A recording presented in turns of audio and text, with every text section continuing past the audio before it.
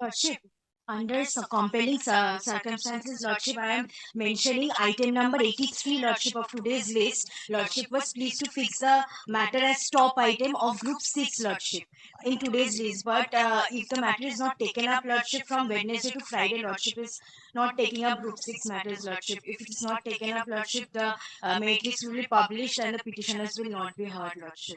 So it is at the top in the Group 6. Group 6 So top tomorrow matter. it will come. Group 6 matters tomorrow intra-court appeals. Group.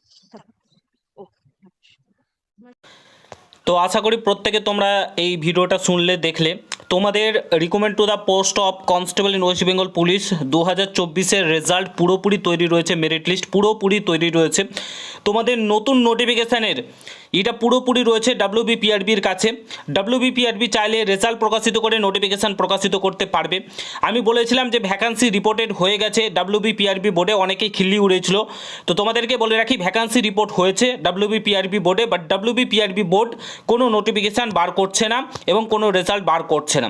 তার reason হচ্ছে সরকার বারণ করে রেখেছে কোনো result কোনো notification বার করতে, কারণ এবারের যে ভোটটা হবে সেটা পুরোপুরি কেন্দ্র বাহিনী লিড করবে, কেন্দ্র বাহিনীর দ্বারা কোনো রাজ্য পুলিশের দরকার নেই।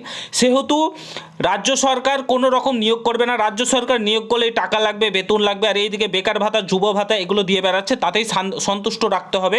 তার জন্য এবার কোথা থেকে দেবে বেতন কোথা থেকে দেবে? বেকার ভাতা, যুব ভাতা এগুলো দিতে দিতেই তো টাকা তো শেষ, ঋণ নিয়ে বসে আছে সরকার। তো এই জঘন্য নিম্নমানের সরকার তো এই ভাতায় দিয়ে বেড়াবে, নিয়োগ প্রক্রিয়া কীভাবে করবে? তার জন্য তোমাদের রেজাল্টগুলোকে আটকে রেখেছে, রেজাল্ট দিতে পারছে না।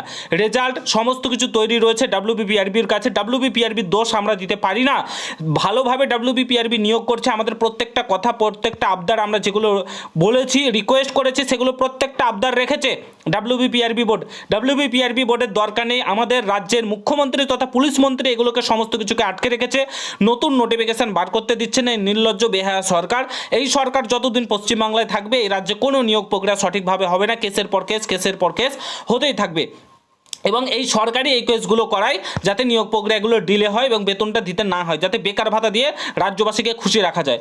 তো এই হচ্ছে ব্যাপার। আগামী 27শে ফেব্রুয়ারি প্রত্যেকে থেকেও, ঠিক আছে, আগামী 27শে ফেব্রুয়ারি প্রত্যেকে উপস্থিত থাকতে হবে এবং এই রাজ্যের বিরুদ্ধে, রাজ্য সরকারের বিরুদ্ধে কিন্তু আমাদেরকে রুখে দাঁড়াতে হবে, ফিজিক্যালি প্রোটেস্ট করতে হবে, তবে তোমাদের রেজাল্ট এবং নতুন নোটিফিকেশান প্রকাশিত হবে।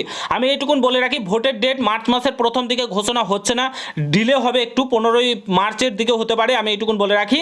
আর তোমাদেরকে বলে রাখি যে তার আগে নোটিফিকেশান বার করার সুবর্ণ সুযোগ রয়েছে, এই সুযোগটাকে একদমই হাতছাড়া করো না, ডিলে হবে, ঠিক আছে? তো ভিডিওটা শেয়ার করে বেশি বেশি করে। আর এই নিম্নমানের সরকার যদি নিয়োগ না করে, রেজাল্ট না দেয়, তাহলে no vote, no recommend, no vote. এই সরকারকে ভোট কিন্তু কেউ দেবে না।